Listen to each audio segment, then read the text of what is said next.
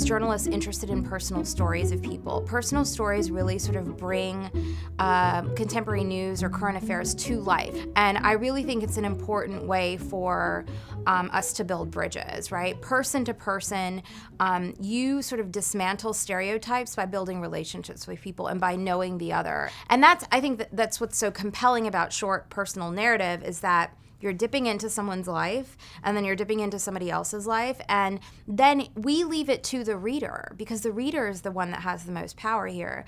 The reader then puts their own narrative together, right? It's a kaleidoscope. And really that's how I believe that people need to understand the world, right? You don't, as a journalist, when someone comes up to me and says, when I was working at CNN, they would come up to me and say, well, I can't stand CNN, and you guys are too liberal, or you're too right, and I was like, well, what other sources of news do you have? And they're like, well, I only watch CNN.